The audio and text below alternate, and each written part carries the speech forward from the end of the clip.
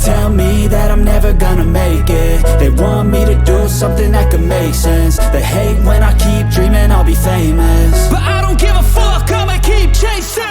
I got all this potential that's deep inside of me, but they hate when you're successful cause they try to be. They sit there being judgmental because you're trying things, and they just want you to settle and do the right thing. So get a good job, don't slack off. Wake up every morning, make a good impression on your boss. Don't do anything that I wouldn't do, and when you're making money, make sure you don't spend it too soon.